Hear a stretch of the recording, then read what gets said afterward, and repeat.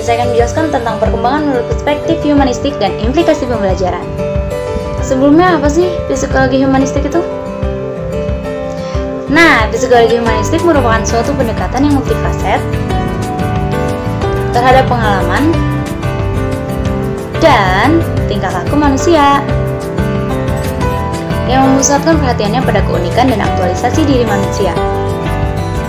Psikologi humanistik juga memberikan sumbangannya bagi pendidikan alternatif yang dikenal dengan sebutan pendidikan humanistik.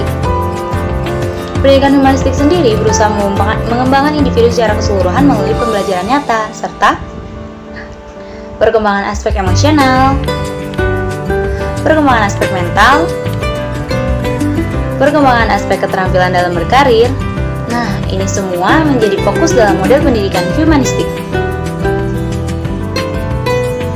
Aliran psikologi humanistik selalu mendorong peningkatan kualitas diri manusia melalui potensi-potensi positif. Sekarang kita ke sejarahnya ya. Di abad ke-20 ini di Amerika dan Eropa ada dua nih teori psikoanalisa dan behavioristik. Teori psikoanalisa merupakan perilaku manusia dalam perkembangannya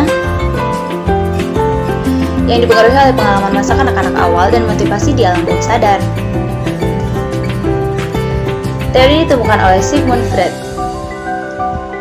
Sedangkan teori behavioristik merupakan perilaku manusia dalam perkembangannya yang dipengaruhi faktor oleh lingkungan, stimulus dari di luar diri pribadi. Teori ini ditemukan oleh Burrhus Frederick Skinner. Dari kedua teori ini ada ketidakpuasan terhadap pendekatan psikoanalisa dan behavioristik sehingga muncullah penolakan, lalu muncullah teori humanistik ini. Teori humanistik ini muncul sekitar tahun 1950-an yang dicetuskan oleh Abraham Maslow. Teori ini sangat menekankan pentingnya kesadaran, aktualisasi diri, dan hal-hal yang bersifat positif tentang manusia. Teori humanistik merupakan suatu pandangan di mana manusia adalah agen yang bebas dengan kemampuan superior untuk menggunakan simbol-simbol dan berpikir secara abstrak. Manusia juga gambaran di mana yang dipandang sebagai makhluk yang pertama, makhluk yang bebas dan bermartabat, yang selalu bergerak untuk mengungkapkan eksistensinya dengan segala potensinya. Teori ini mengkaji manusia dari diri pribadinya, aktualisasinya, kreativitasnya, potensinya, individualitasnya, egonya, dan keinginannya. Nah, teori ini juga memandang manusia dari dimensi tempat tinggal. Kenapa sih ya? Karena lingkungan juga akan mempengaruhinya secara manusiawi. Menurut James Bugental, ada 5 hal yang perlu diperhatikan dalam mempelajari teori humanistik, yaitu yang pertama, keberadaan manusia tidak dapat direduksi ke dalam komponen-komponen. Yang kedua, manusia memiliki keunikan tersendiri. Yang ketiga, manusia memiliki kesadaran akan dirinya dan mengadakan hubungan dengan orang lain. Yang keempat, manusia memiliki pilihan dan bertanggung jawab atas semua pilihannya. Yang kelima, manusia memiliki kesadaran untuk mencari makna, nilai, dan kreativitasnya. Teori humanistik memiliki beberapa ciri utama, yaitu yang pertama, memusatkan perhatian pada pribadi yang mendalam dan fokus pada pengalaman sebagai fenomena primer dalam mempelajari manusia. Yang kedua, menekankan pada kualitas-kualitas yang khas pada manusia seperti memilih, kreativitas, menilai, dan realisasi diri.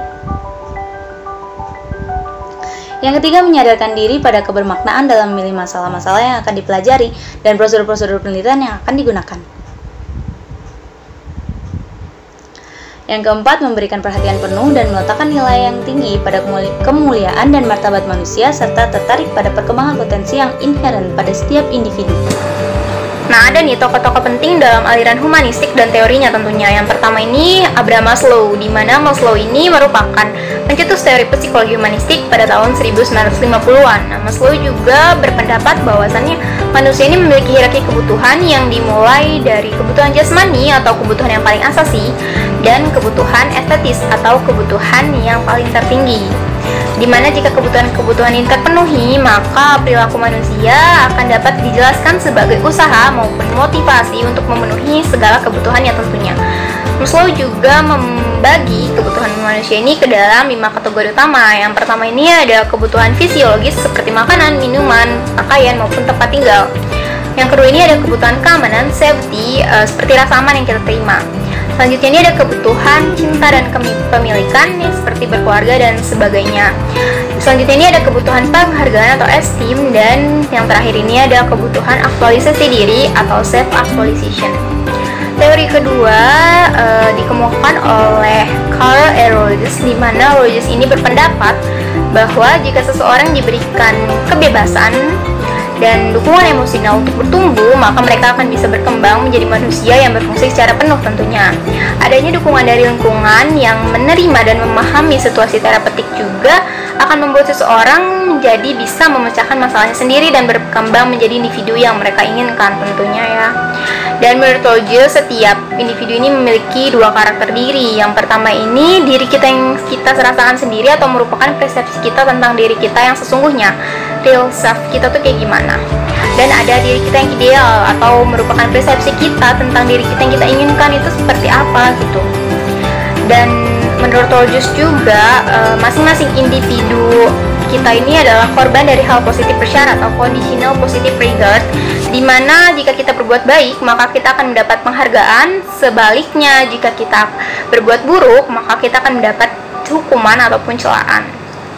Nah, teori selanjutnya ini menurut Arthur Combs, di mana menurut Combs ini perilaku yang keliru atau tidak baik terjadi karena tidak adanya kesediaan seseorang melakukan apa yang seharusnya dilakukan sebagai akibat dari adanya sesuatu yang lain yang lebih menarik atau memuaskan. Contohnya ini terjadi pada guru yang mengeluh murid-muridnya tidak berminat belajar. Padahal hal ini terjadi karena murid-murid itu tidak berminat melakukan apa yang dikehendaki oleh guru tersebut. Nah, ini tuh semakin jauh hal-hal yang terjadi di diri kita, maka akan semakin berkurang pengaruhnya terhadap seseorang. Sebaliknya, jika semakin dekat hal-hal yang ada di sekitar kita, maka pengaruhnya ini akan semakin besar terhadap perilaku seseorang tentunya ya. Selanjutnya ini menurut Aldous Huxley, di mana Huxley ini menekankan adanya pendidikan nonverbal yang seharusnya diajarkan kepada siswa. Nah, pendidikan nonverbal ini bukan hanya tentang pelajaran senam dan pelajaran sepak bola tentunya yang sering kita ketahui. Ada juga bukan hanya pelajaran bernyanyi maupun pelajaran menari, di mana lebih menekankan ke hal-hal yang bersifat di luar materi pembelajaran tentunya ya. Nah, hal ini tuh akan dengan memiliki tujuan untuk menumbuhkan kesadaran seseorang. Nah, proses pendidikan nonverbal juga dimulai sejak usia dini atau masih kanak-kanak hingga berlangsung sampai usia tingkat tinggi, usia dewasa gitu ya. Tentunya, dan agar seseorang bisa mengetahui makna hidup dalam kehidupan yang nyata ini, tentunya mereka harus membekali dirinya dengan suatu kebijakan hidup dan tentunya dengan kreativitas juga, serta dengan mewujudkan langkah-langkah yang bersifat bijaksana. Implikasi teori belajar humanistik.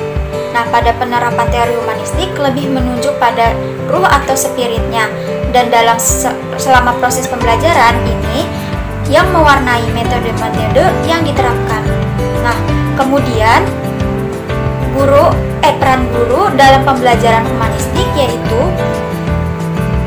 yang pertama, menjadikan fasilitator bagi para peserta didik, sedangkan guru memberikan motivasinya. dan kesadaran mengenai makna belajar dalam kehidupan sehari-hari. Kemudian, guru memfasilitasi pengalaman belajar kepada peserta didiknya dan mendampingi peserta didik untuk memperoleh tujuan pembelajaran.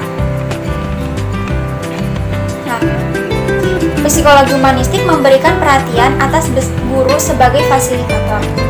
Nah, berbagai cara untuk memberikan kemudahan belajar ada 5, yaitu fasilitator sebaiknya memberikan perhatian kepada penciptaan suasana awal, situasi kelompok, atau pengalaman kelas.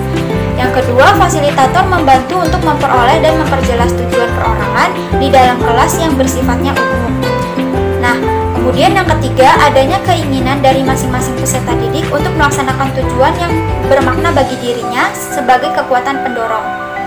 Dan yang keempat, mencoba mengatur dan menyediakan sumber-sumber untuk belajar yang paling luas dan mudah dimanfaatkan. Dan yang kelima, menetapkan dirinya sendiri sebagai sumber yang fleksibel untuk dapat dimanfaatkan oleh kelompoknya. Kemudian ada ciri-ciri guru yang fasilitatif. Ada 7, yaitu 1. Merespon perasaan peserta didik. Kemudian yang kedua ada menggunakan ide-ide peserta didik untuk melaksanakan interaksi yang sudah dirancang. Kemudian yang ketiga, berdialog dan berdiskusi dengan peserta didik. Yang keempat, menghargai peserta didiknya. Dan yang kelima, kesesuaian antara perilaku dan perbuatan. Yang keenam, menyesuaikan kerangka berpikir peserta didik. Dan yang ketujuh, tersenyum pada peserta didik. Nah, kemudian guru-guru cenderung berpendapat bahwa pendidikan adalah pewaris kebudayaan, pertanggungjawaban sosial, dan bahan pembelajaran yang khusus. Mereka percaya bahwa masalah ini tidak dapat diserahkan begitu saja kepada peserta didik.